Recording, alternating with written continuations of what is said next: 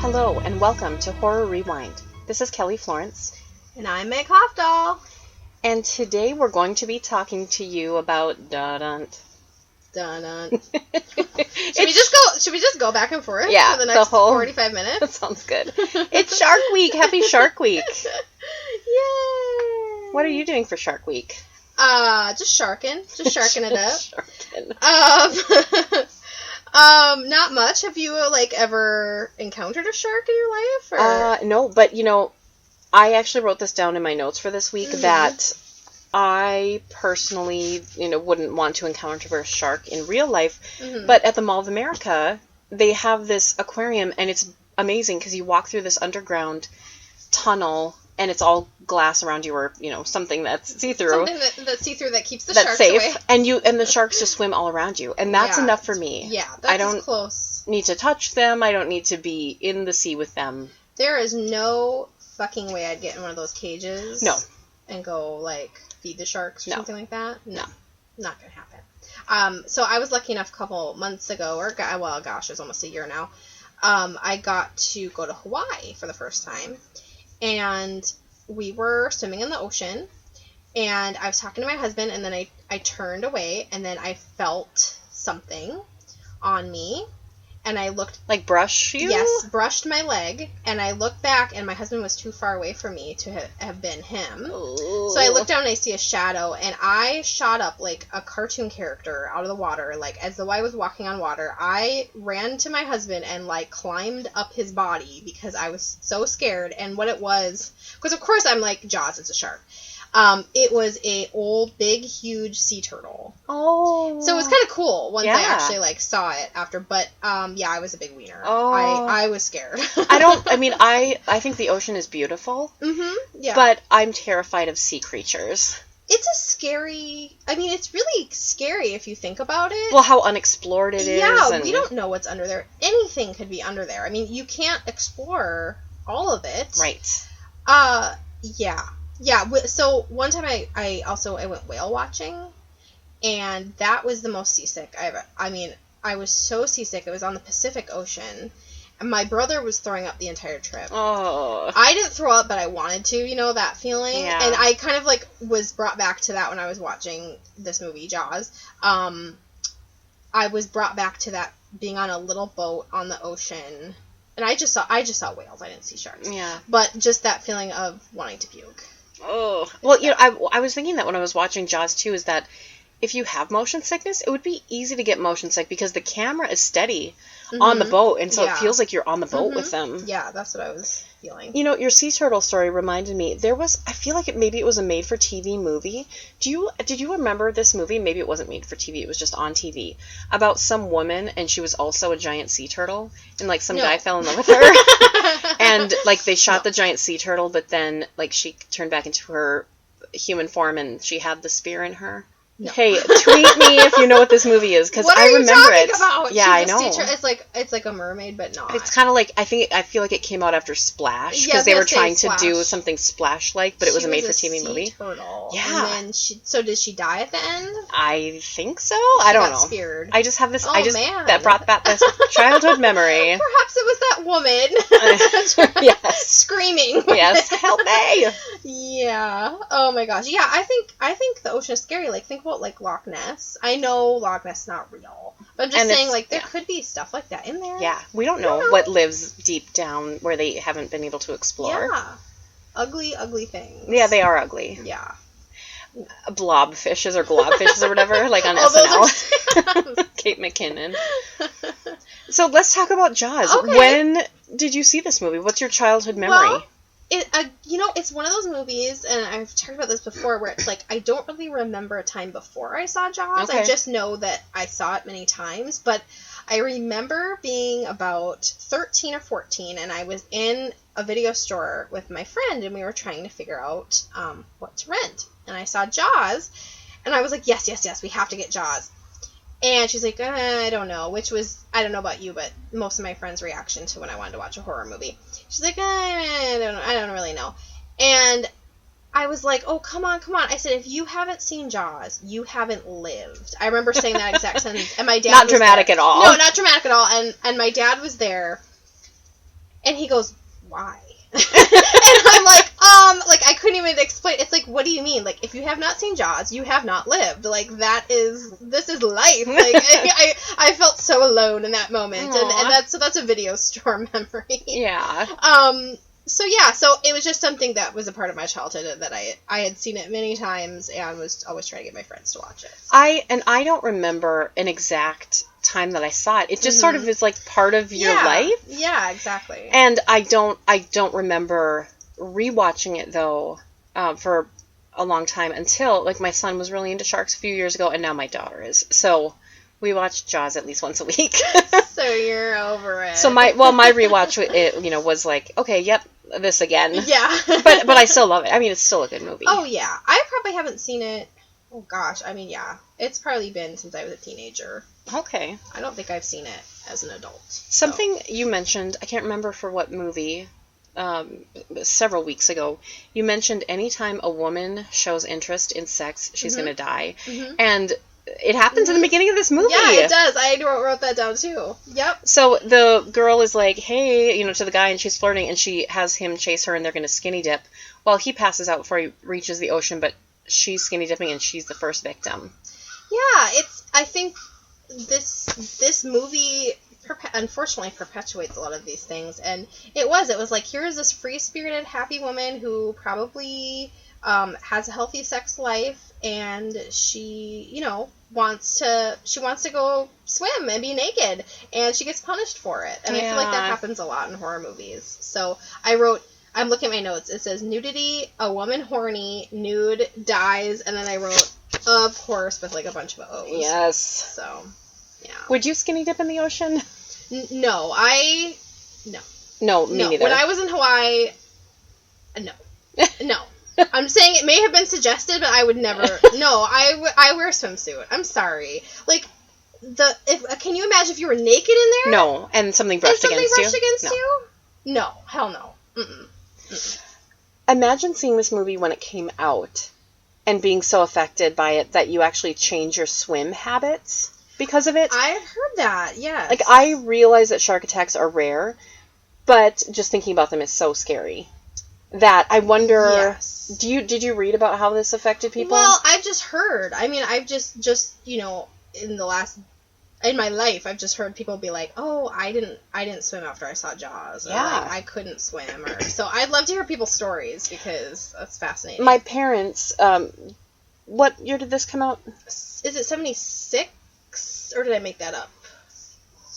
75? I don't have it written. Oh, 75, I think. 75, okay. My parents saw this in the theater. They were living in Texas at the time, and they said when they saw it, the entire theater was screaming, and people had their feet up on the seats because it just felt like you were there and you were going to get bit by a shark. Like that's and funny. that it was one of those really immersive theater experiences. Oh, neat. And just because that's how people were reacting to the movie at the time. I feel like now I go to movies on opening night because the crowds are like that. It is fun, yeah. But, crowds aren't always like that anymore. And so I appreciate that. Mm-hmm. Yeah, that sounds fun. I'd love to watch it. The next thing I wrote was that this was pre-skin cancer awareness. Oh my gosh. So many tans. Yeah.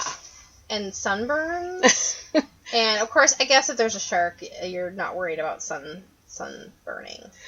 Right. Oh, this is sort of a tangent, but speaking of sunburn, I happened upon this blog the other day, and the woman was saying that the sun does not cause skin cancer. And she had all of these links, and I was like, wow, this person exists, and there's people going, thanks for telling me, I'm going to stop using sunscreen. Isn't and it was nice serious that everyone can have a blog? Wow. So even if we ever get some facts wrong, call us out, you guys, because we don't want to be. Yes, and we have been called out on some things, and that's great, and we do want to know, but I promise you we're not going to tell you that you should not wear sunscreen, and we're both pale people. Yeah. So we need don't get burned. Don't get burned.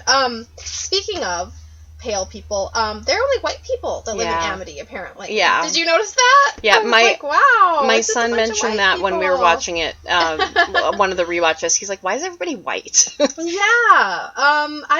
probably think I want to go to Amity. It seems like a really kind of uppity place, doesn't it? Yeah, and I was reading Amity is supposed to be Martha's Amity. Vineyard. Is that what I've been calling it? Yeah, it is I was Amity. calling it the right name? Yeah, you did. Okay. But it's supposed to be Martha's Vineyard. Oh, okay, sure. And so, yeah, I think that's predominantly Yeah. white and rich, right? Yeah. It would have been nice to have a little more diversity in that. Mm-hmm. Peter Benchley wrote Jaws, and do you remember Peter Benchley had a show, or based on Peter Benchley's Creature, that was on TV in the 90s? I think it was on ABC.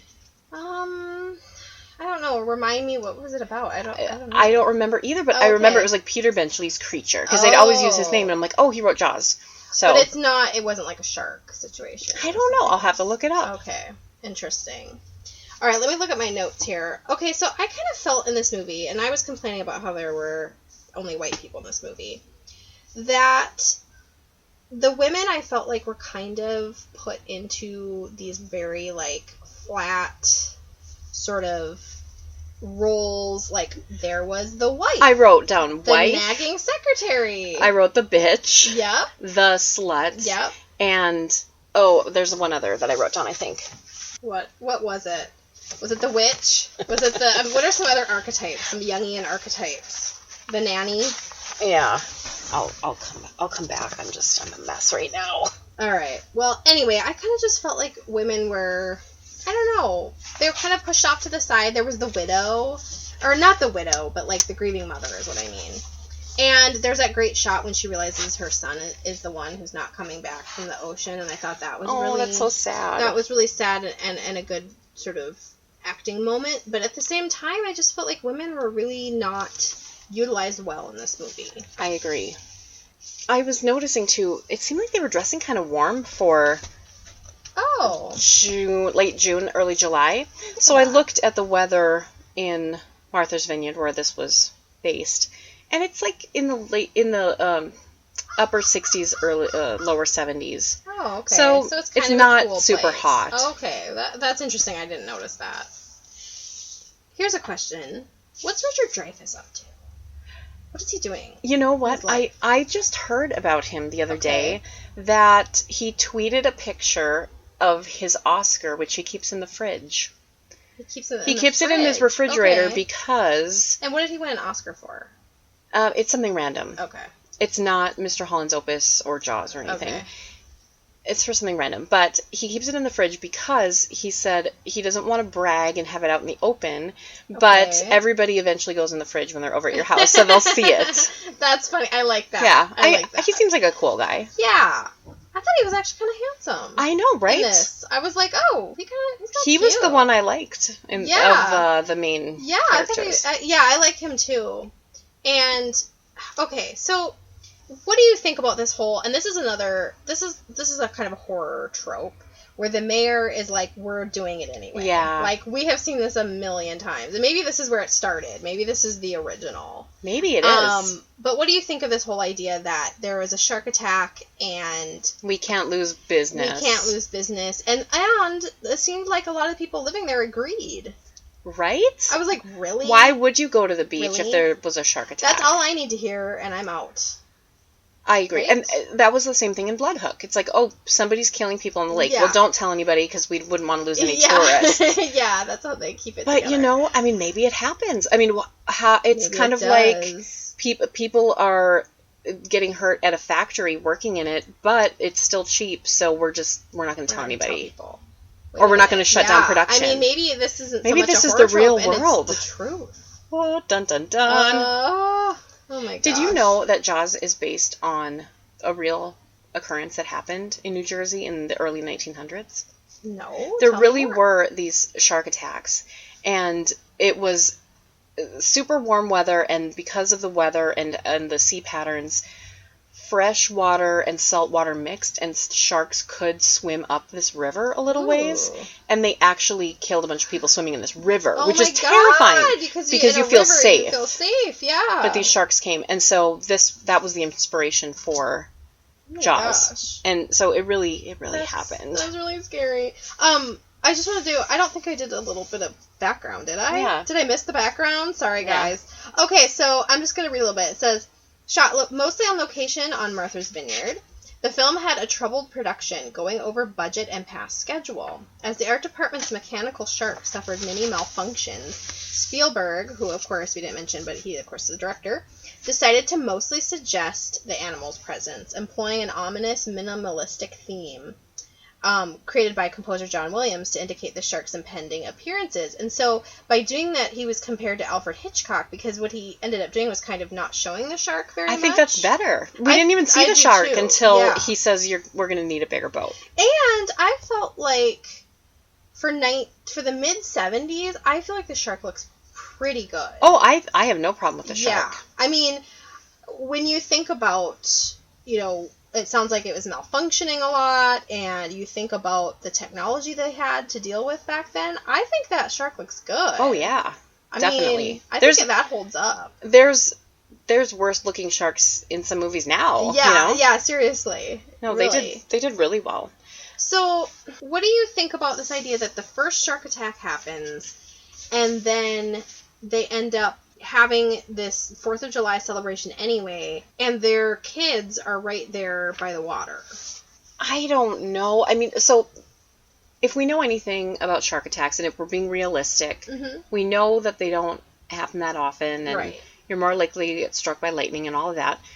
But at the same time, if that happened, there's no way I would be by the water. No. I mean, the thing is, I've probably swam in places where there have been shark incidences, but not right then. No. If I had heard that it had happened the day before, the week before. Oh, I know. I don't think I'd be cool with that. How do you having my kids? How do you feel about the water and boating in general?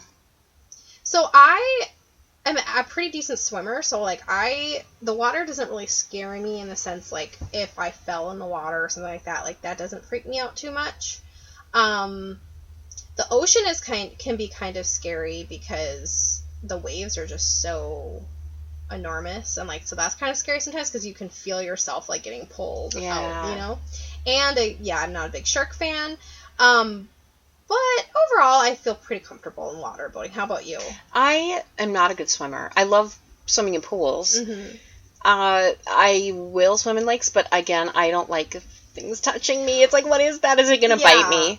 Yeah. And ocean swimming, I'm not a good enough swimmer to even venture, unless it's like a bay with no waves. Right. But, and I don't need to be on small boats at all. If I'm going to go on a boat, it's got to be big and sturdy, because that's scary. Okay. See, I don't mind being on a small boat, but out on the ocean, I wouldn't, because like I said before, I like barf. Yeah.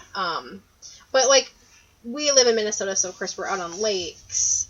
What I don't like in lakes are the slimy stuff. Yeah. Like the seaweed, but it's not seaweed, of course, in a lake, whatever it's called. It's gross, and I don't like it. So pools all the way. You know what I learned from Shark Week a couple years ago? Mm-hmm. The best way to actually defeat a shark, if you are in its mouth, and this is something to think about, so when this happens to you, everybody, is to poke it in the eye, or the eyes. That makes sense. Because for a while they were like, you should just punch it as hard as you can in the nose or whatever, but actually their eyes will hurt, and so poke it in the eye, you guys. Poke it in the eye, and Hashtag science. If you can actually think when you're there was that just not long ago. There was that, I think, a 9-year-old girl who got bit by a crocodile, and she knew to I think she stuck her fingers in its nose so it couldn't breathe, so it opens its mouth. It opened its mouth and let her go. Wow. And I was like, she's my hero. Yeah. That she could actually think that while she's being bit by an alligator crocodile. Exactly. Yeah, craziness.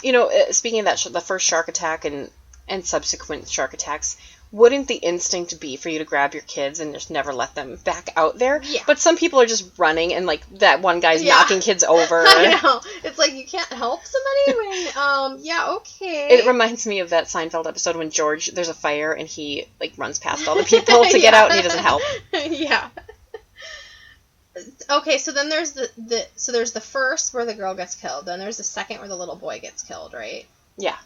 And then a man gets killed, and what I was thinking is that what's kind of so scary is that this shark doesn't care if you are a boy or girl, if you are old or young, if you're bad or good. Like, it's gonna kill you. It's gonna eat you. Yeah. It's gonna eat you. So I think that's kind of a neat thing. That is cool. It's a horror bad guy nobody can escape. Exactly. Do you remember when he's looking in the book, Brody?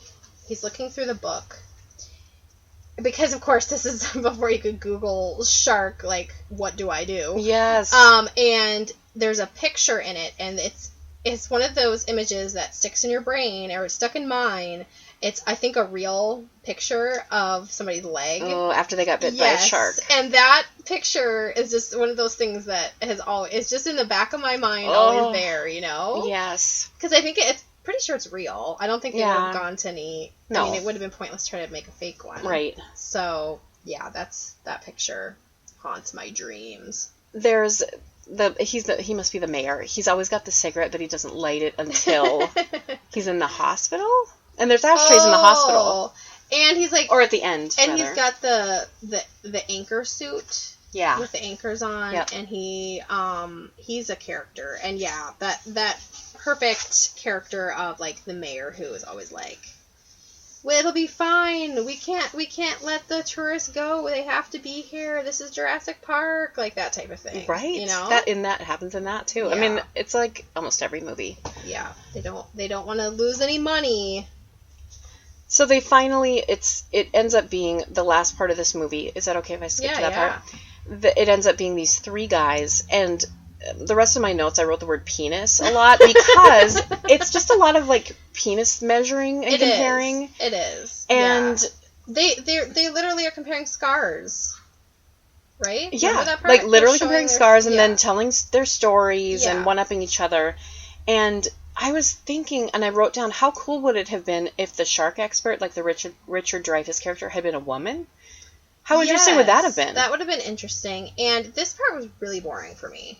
I was just like, this is boring. And there are quite a few boring moments in this movie. But just like, the thing that's ironic is we wait the entire movie for that section of the threesome going out to finally hunt the shark, yet it's a lot of monologue and some dialogue. So the monologue that the guy shares, he was in World War II and he talks about I don't know if they say he was in World War II, but the story that he shares is an actual incident that happened. Those soldiers, their boat really did go down, and the sharks really did kill almost everybody of that group, and they just circled and killed them all.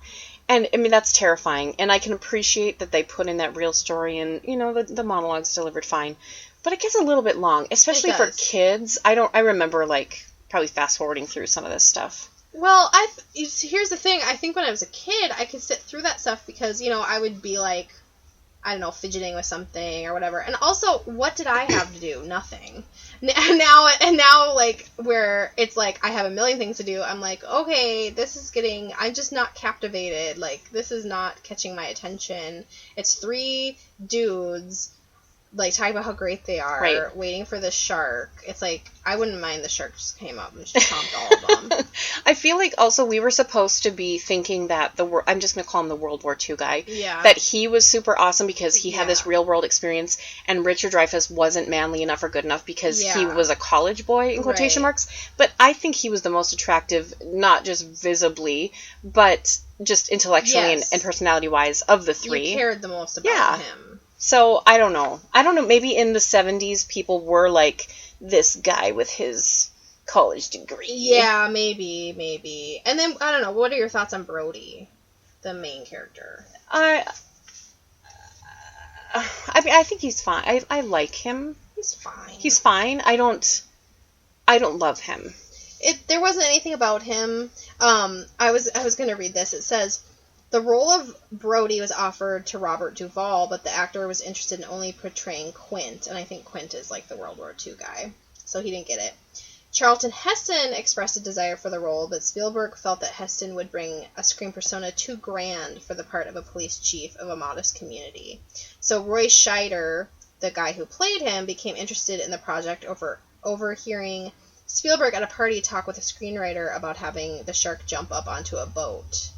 But apparently Spielberg was initially apprehensive, fearing he would portray a tough guy similar to his role in The French Connection. So apparently he's in that movie. Yeah. But I don't know. He ended up doing some sequels, right?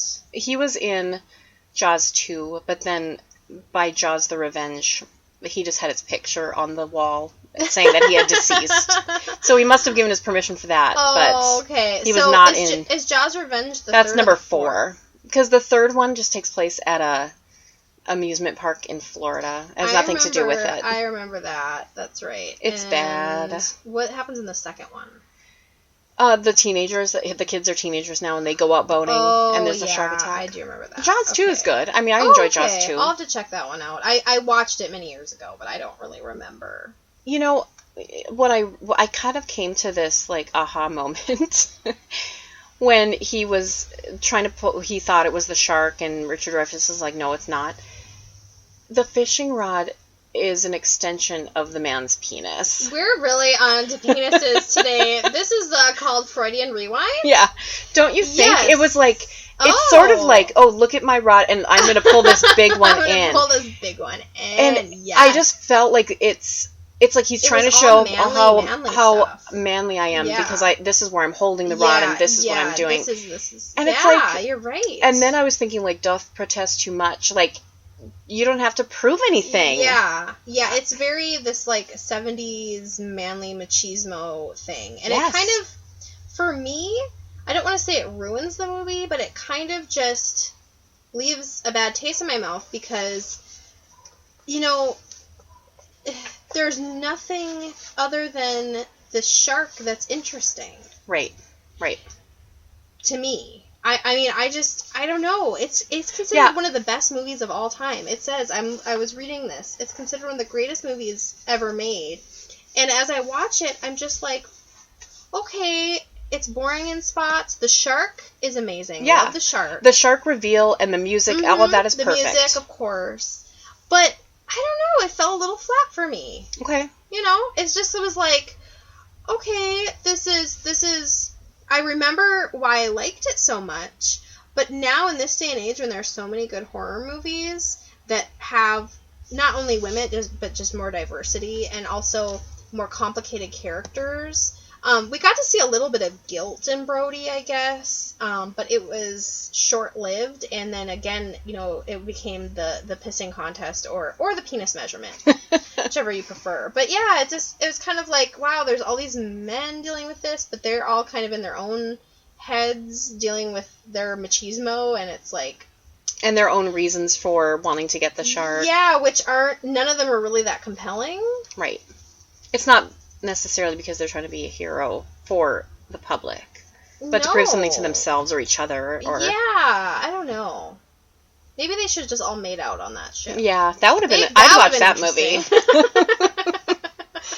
Okay, so the anticipation leading up to the shark exploding, you know, Richard Dreyfuss is down there, the shark cage is gone, and we don't know if he's dead or alive. The World War II guy gets eaten, and then Brody's there. The ship is going down, and he's shooting, and you don't know if he's going to shoot it in time, right. and he does. I think that lead-up was really good. Yeah, I agree. Let's cut out a little bit. Yeah, there was just a little too much build-up to that.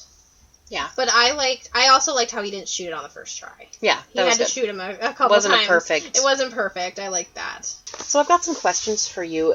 When's the last time you watched Jaws? I think a long time ago, like before I had kids or probably a teenager. Okay. So did it live up to your memories of it? You know, I'm going to say no. Isn't that interesting? Yeah. And a lot of times we haven't said no, so that's interesting. Yeah. You know, I love the shark. Like I said, I think the shark looks really good, but there's just some boring bits in there that kind of, I don't know, make for kind of a movie, like I said, that fell a little flat. Did any scenes stand out to you in this rewatch? I like the scene where Richard Dreyfuss, I don't know his character's name, he comes and he brings wine and he sits down with Brody and his wife, and they just kind of have this like really honest conversation, and I thought that was a good part. I like that scene too, and I also wrote down, and I didn't say it, the scenes between the husband and wife are really real, endearing, right? and feel real, because they're just like, do you want to get drunk and get silly or whatever they said, and it's kind of cute. They're cute. I agree. Was there anything that you didn't remember? You know, I didn't remember that Richard Dreyfuss goes down in that cage, and then the whole scene of Do we call the shark Jaws? Yeah, Like I the think movie so. is called Jaws, but is the shark? Do we call him Jaws or her We Jaws? can, yeah, we'll call her Jaws. Okay. Yeah, she's definitely a girl. I didn't remember that whole part where like she attacks the cage and Richard Dreyfuss, like they think he's dead, and I didn't remember that. Does this pass the Bechdel test? No, I don't think so. There was literally a point where two women on the beach were like talking about really like hoity-toity stuff, like living in Amity, and they were really like uppity, and I was like, I guess it kind of does, but they were literally in the background. No. So no, it does not. Is it still, or was it ever scary? So I would say both. I thought it was scary when I was a kid, and it definitely, I think anybody who watches this movie feels forever changed about water and sharks. So yeah, and I think it's still scary now. I thought when that shark is like eating the World War II guy, that's scary. It is scary. I think it's it would scary. be terrifying because there's nothing you can do. No, it's like, what are you going to do to this shark? If you poke Jaws in the eye, she wouldn't even blink. No, she wouldn't. Dun dun dun dun dun dun dun. Hey Meg, hi Kelly, hi horror friends, Lisa here, and today we're talking about Jaws, as you know, and I've come up with a little cocktail for you I'd like to call Chum on the Water. You can also sing it a little bit like Chum on the Water if you feel like it, or just Chum on the Water. So let's do this. Let's make a drink. Today you're going to need pineapple juice. Oh yeah, a little blast from the past, some blue raspberry lemonade from Mr. Kool-Aid himself. Pisco brandy, it's a Chilean brandy. I chose this because our man Quint, the owner of the Orca, at one point, like offhandedly said something to the effect of, I would like 2 cases of apricot brandy. The brandy stuck, and I wanted to put it in our drink. So we've got some brandy. And finally, you're gonna need about a half cup of raspberries. Let's get started. With that half cup of raspberries, put that in your blender with about a tablespoon of sugar and a little water. Blend it up so you can get yourself some raspberry puree. Looks like a crime scene, which is perfect for this show. Now I'm gonna have you go ahead and take this, and tonight we're using a Lowell glass. Let's go ahead, it's my favorite thing to do. Get a nice coat around there and set this aside. We're gonna come back to it. Now let's make a drink. Go ahead, grab your handy dandy shaker, and into it I would like you to put 1.5 ounces of pineapple juice. I'm going to have you put 2 heaping teaspoons of our friend Mr. Kool-Aid into a shot glass, add about 1 ounce of water, stir it up. This allows us to dissolve all of those fun flavor crystals and really get a good liquid out of it. Dump it in. And finally, we're going to take about 1 3/4 ounces of Pisco and add it to the fun. That's it. Let's go ahead and give it a shake. Sounds good. Fun tip, anytime you're using a citrusy mixer, if you can and if it's appropriate to the cocktail, always a good idea to give it a good shake. That'll help incorporate all of the flavors really thoroughly. Now we're just gonna go ahead and take the ice that was already in here. If it helps, go ahead and measure the ice, like take a cupful of ice, put it into your mixer before we all get started. But let's go ahead and take what's in here. Ooh, looks like a beach party to me. And now, to finally celebrate, let's go ahead and go back to our raspberry puree. Get a nice spoonful, dump it right on top. Who knows, maybe Jaws will come out. Friends, we have some chum on the water. The raspberry gives it a nice tart entrance, and then we're followed with some sweet, fun action. flashbacks to childhood, maybe flashbacks to what you drank in college. I don't know what you drank. I don't want to admit that I drank stuff like this, but maybe I did. Who knows? It's fun. So with this, I would like to say cheers to you and your chum on the water. All right, it's time for our fast forward segment. And since it's Shark Week, I thought let's keep on the shark train here and talk about some recent shark movies and one that's coming out. So I was able to see last month when it came out 47 Meters Down. And it's a shark attack movie. It's a 53%, 54% on Rotten Tomatoes, and I think that's fair. But Okay. as I've said on our anchor station, does every movie that we enjoy have to be critically acclaimed? I don't think so. No. And I mean, I think especially as horror fans, we're pretty used to. I feel like they get beaten up sometimes by Rotten Tomatoes. True, yeah. This movie, I mean, what do you want out of a shark attack movie besides what it gave us? I thought it was enjoyable. It's two women, they're sisters, and they're on a vacation in Mexico. They decide to go do the shark cage thing. I'm not going to give the entire plot away, but a lot of it was filmed underwater, and you had read something about it that they really did that. Oh, I saw them. They were like interviewing the two actresses. It's Mandy Moore and some other girl. Claire Holt. And they were on the Today Show, and they were talking about how they filmed, like, they spent about 97% of the filming time underwater. They filmed it really actually underwater, with the tanks talking to each other, which I thought I was really impressed by. Like, I can't imagine, like, being down there, much less acting down there. Yeah. They were not actually in the ocean. They were, like, in a, tank or something. But I thought that was really fascinating, and it made me intrigued to see the movie. I haven't seen it yet, but I want to. Yeah, you should see it. I think you'll enjoy it. And there's definitely some jump scares. I jumped and probably went, "Oh my god!" in the theater more than once. That was Kelly. If you heard it, that was Kelly. I was going to ask you about The Shallows. Yeah, so another recent shark movie that I really enjoy is The Shallows with Blake Lively. And you think, oh, Blake Lively, I'm not going to watch her. Mrs. Ryan Reynolds, but she is great in this movie, and this really good. This plot is great. She's surfing, she gets trapped on a rock after a shark attack, and you just watch how she's going to survive these next 24 hours. And she's got like this interesting backstory. I think she's like she left medical school or something like that. So she's got some medical training. Yeah, she's got medical training, but then she's kind of got this darkness because she's like going through this dark time, and I thought it's one of those movies where it's like one person the whole time, right? And you're like, oh, how's this gonna work? But it was totally really works. Good. Yeah, that's a great film. So I recommend that, and then also a shark movie coming out within the year is this new movie called Meg. It's about a megalodon. A megalodon is an ancient shark that they are rumored to have grown up to like 60 or 70 feet. Oh. So if they are talking about in the movie Jaws, that shark being 25 feet and being so huge, can you imagine a shark 3 times that size? Oh, this is exciting. This is coming out next year. Yes. Okay, and this is the one with Jason Statham? Yes. And it's called Meg. It's called Meg, I have to see it.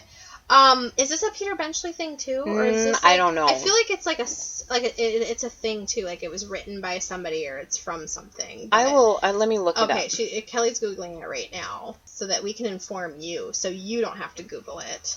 She put Meg in, and then I came up with the problem. Okay, so the movie Meg is called a science fiction horror movie. It's based on a novel called Meg, a novel of deep terror by Steve Alton. Oh. And it's coming out in August. Ruby Rose is in it.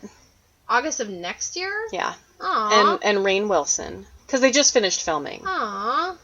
Yeah, so... Make it go faster. I want to see it. Look at... I don't know if this is actually... Oh, yeah, it is. Look at how big that shark is. Oh, my God, the picture! It's like 5 times the size of Jaws. They're showing a person surfing in front of this megalodon, and the person is like the size of a tooth. If that was an actual thing, we would all be fucked. Yeah, that is terrifying.